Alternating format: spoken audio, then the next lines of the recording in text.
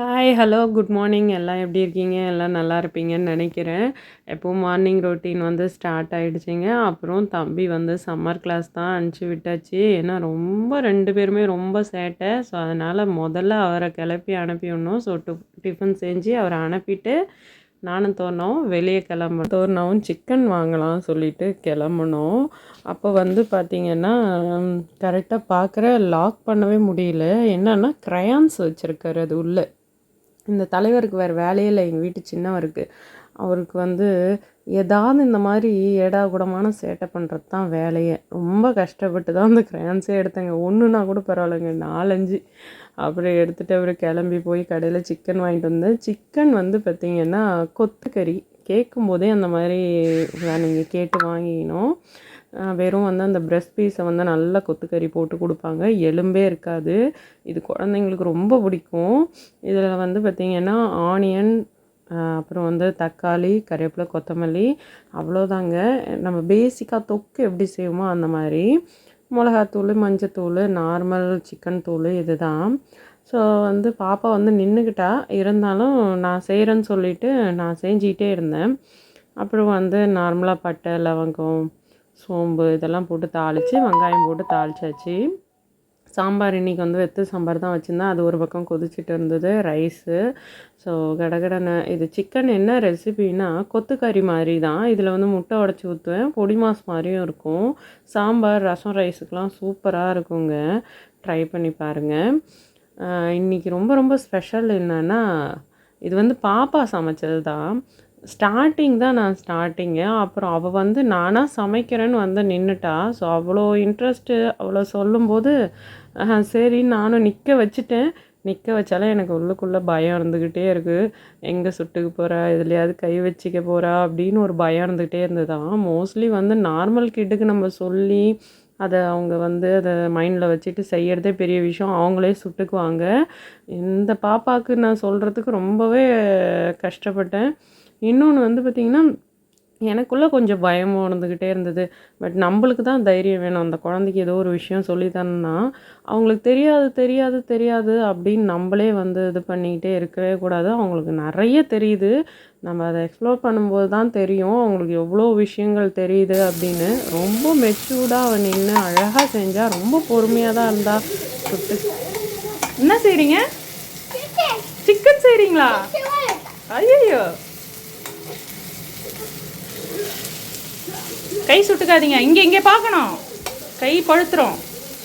So அந்த மாதிரி பாப்பாவுக்கு நான் ஒன்றும் பயந்தான் சொல்லி கொடுத்துட்டே இருந்தேன். அவள் கான்வர்சேஷனையும் பார்த்துருப்பீங்க. அவள் என்னை வந்து போ மம்மி, நீ போய் டிவி பாரு, நான் சமைக்கிறேன் அப்படின்றா. அவ்வளோ அழகாக அவளுக்கு வந்து நான் சொல்கிறது எல்லாமே செஞ்சாள்.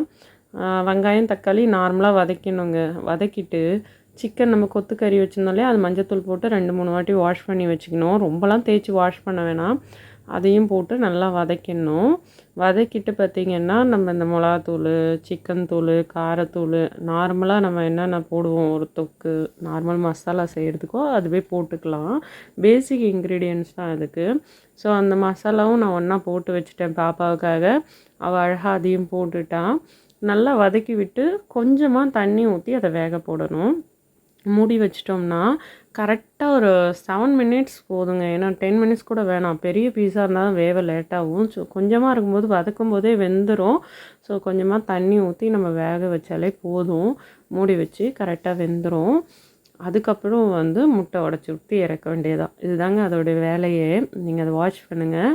காரம் கம்மியாக தான் இருக்கும். கடைசியாக வந்து நான் பெப்பர் போட்டிருப்பேன்.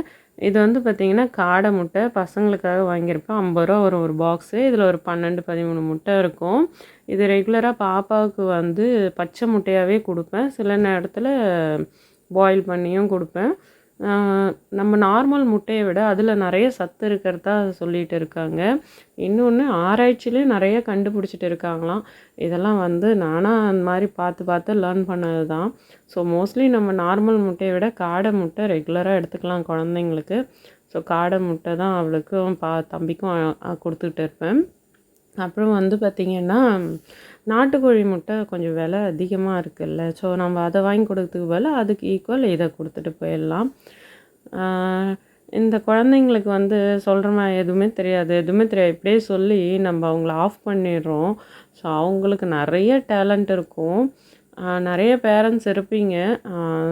ஆட்டிசம் குழந்தை அந்த மாதிரிலாம் அவங்கள வெளியே கொண்டு வர்றது கொஞ்சம் கஷ்டமாக தான் இருக்கும். பட் நம்ம ட்ரை பண்ணால் அது வந்து கண்டிப்பாக ரிசல்ட்டு சூப்பராக இருக்கும்.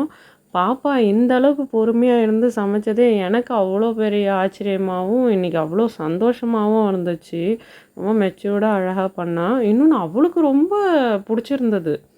அவள் நான் சொல்லி அதை இது பண்ணி அப்படியெல்லாம் செய்யலை. அவள் அவ்வளோ ஹாப்பியாக செஞ்சா, அவ்வளோ சந்தோஷமாக செஞ்சா, என் கூட பேசிக்கிட்டே செஞ்சா. இன்னொன்று என்னை நீங்கள் போங்க நான் சமைக்கிறேன், நீங்கள் போய் டிவி பாருங்கள் அப்படின்றா. யாருக்குமா சமைக்கிறேன்னா, எனக்கு, உங்களுக்கு, தம்பிக்கு எல்லாமே கரெக்டாக சொன்னான். எல்லாருக்கும் சமைக்கிறேன்ற மாதிரி சொன்னான்.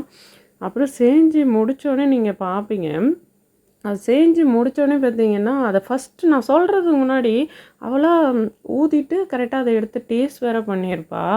எனக்கு அதெல்லாம் பார்த்து நானே ஷாக் ஆகிட்டேன். நான் சொல்லவே இல்லை, சுட்டுக்க போகிறான்னு பயந்துட்டு அவளாக எடுத்து டேஸ்ட் பண்ணி வேறு சொல்லுவா.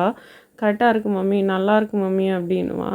அவளுக்கு நார்மலாகவே சிக்கன் ரொம்ப பிடிக்கும். நான் தான் சொன்னேன் இல்லைங்களா, ஸோ சிக்கனை விட சீ ஃபுட்டு அதிகமாக எடுத்துக்கணும் அப்படின்னு. ஸோ இது பாப்பாவுக்கு ரொம்ப பிடிக்கும். வெறுமனவே சாப்பிட்றதுக்கும் நல்லாயிருக்கும். அப்புறம் வந்து பார்த்திங்கன்னா, இந்த சப்பாத்தி ரோலில் வச்சு சாப்பிட்லாம், தோசைக்கும் சாப்பிட்லாம், நல்லாயிருக்கும். ஸோ இது கண்டிப்பாக ட்ரை பண்ணி பாருங்கள். பாப்பா செய்கிறாளுன்னு இஷ்டத்துக்குலாம் செய்யலை, அது ப்ராப்பராக கரெக்டாக தான் செஞ்சது. அவளுக்கு கொஞ்சம் ஈஸியாக இருந்தது இது கிண்டுறதுக்கு செய்யறதுக்கெலாம். ஸோ இன்னொரு டிஷ்ஷும் குழந்தைக்கு இந்த மாதிரி சின்ன சின்னதெல்லாம் வந்து சொல்லி கொடுக்கணுன்னு ஆசை தான். பாப்பாவும் எப்படி பண்ணுறான்னு. அவளை வச்சும் நான் ரெசிபி இதுக்கப்புறம் பண்ணலான்னு ஒரு ஐடியா. அந்த மாதிரி பண்ணால் நான் கண்டிப்பாக ஷேர் பண்ணுறேன். குழந்தைங்கள மோஸ்ட்லி வந்து கிச்சன் சைடு, அதுவும் ஸ்பெஷல் கிட்ட விடுறது ரிஸ்க்கு. ஸோ இதை பார்த்து யாரும் ட்ரை பண்ண வேணாம். அந்தந்த குழந்தைக்கு ஒரு ஒரு எபிலிட்டி இருக்கோ அதுக்கேற்ற மாதிரி பார்த்துக்கோங்க. அதை வச்சு அந்த குழந்தைக்கு என்னென்ன ட்ரை பண்ண முடியுமோ ட்ரை பண்ணுங்கள். பட் அவங்களுக்குன்னு கண்டிப்பாக ஒரு டேலண்ட் இருக்கும், அது கண்டிப்பாக வெளியே வரும். அதுக்கு நம்ம வந்து ஃபஸ்ட்டு துணையாக நம்ம தான் நிற்கணும் நம்ம குழந்தைக்கு. பாருங்க, நான் சொன்னேன் இல்லையா, கரெக்டாக அதை டேஸ்ட் பண்ணுறா பாருங்க. அவளாக எடுத்து அவளாக டேஸ்ட் பண்ணால், டேஸ்ட் பண்ணிவிட்டு நல்லாயிருக்கு மம்மி அப்படின்னா நீங்களும் டேஸ்ட் பண்ணி பாருங்கள். நான் என்ன அந்த மாதிரி வந்து அவ்வளோ ருசித்து பண்ணுறாங்க இந்த செஃப். என்னால் அது எனக்கு பார்த்து பார்த்து எனக்கு அவ்வளோ சந்தோஷமாக இருந்துக்கிட்டே தான் இருந்தது. அப்புறம் அவங்களாம் ஒரு கிண்ணத்தில் வச்சு நான் ப்ரெசன்டேஷன் ஃபோட்டோ எடுக்கலான்னு பார்த்தேன். ஆனால் அவங்க வந்து அதை எடுத்துக்கிட்டு போயிட்டாங்க. வேலை முடிஞ்சதில்ல, நான் சாப்பிட போகிறேன் அவ்வளோதான் அப்படின்ட்டு கிளம்பிட்டா. போயிட்டு உட்காந்து நான் சாப்பிட்டுட்டு வரேன் ஃபஸ்ட்டுன்னுட்டு போயிட்டா. அதுக்கப்புறம் நான் யோகேஷை கூட்டின்னு வரணும்னு சொல்லிவிட்டு நானும் வேகமாக கிளம்பிட்டேன். அவங்க சாப்பிட்டு வேறு ரிவ்யூ பண்ணாங்க, மம்மி சூப்பராக இருக்குது மம்மின்னு. சரி நீ சாப்பிட்டே இருமா, நான் யோகேஷை கூட்டின்னு வரேன். பக்கத்துலேயே தான் யோகேஷு, கொஞ்சம் நடந்து போகிற தூரம் தான் இருக்கும். சம்மர் கிளாஸ் கரெக்டாக 1:00 முடிஞ்சிடும். நாங்கள் இந்த வேலையெல்லாம் முடிச்சுட்டு அதுக்கப்புறம் யோகேஷை போய் நான் கூட்டிகிட்டு வந்துட்டு மதியானம் சாப்பிட்றதுக்கு உட்காந்தோம். சாப்பிட்றதுக்கு உட்காந்து சாதம் சாம்பார் இதெல்லாம் போட்டுட்டேன். அந்த சிக்கன் எடுத்த உடனே அவள் வந்து சொல்கிறா, யோகேஷ் நான் தான் செஞ்சேன், சாப்பிட்டு பாருன்னு அவனுக்கு வேறு எடுத்து கொடுக்குறா, ஊட்டி வேற விட்டா. ஏன்னா அதாவது டக்குன்னு நான் என்னால் எடுக்க முடியல இந்த வீடியோ. அதுக்கப்புறம் வந்து அவங்க நல்லா சாப்பிட்டாங்க. அவங்களுக்கு பிடிச்சிருந்தது இல்லையா, அதனால அதெல்லாம் இறங்கிடும். சாப்பிட்டு முடிச்சுட்டு அப்புறம் சரி பார்க் போகலான்னு சொல்லிக்கிட்டே சாப்பாடு ஊட்டி விட்டுட்டே இருந்தேன்னா, அப்புறம் இட்டுட்டு போகலன்னா அழ போகிறாங்கன்னு சொல்லிவிட்டு பார்க் இட்டுட்டு போனேன். நல்லா விளையாடி முட்டிட்டு வந்து தூங்கிறது தான், அவ்வளோதான். டயர்டாகி வந்தாங்க. நைட் டின்னர் தோசை சாம்பார், மத்தியானம் வச்ச சாம்பார் சாப்பிட்டு தூங்கிட்டாங்க. இந்த வீடியோ பிடிச்சிருந்தா மறக்காமல் கண்டிப்பாக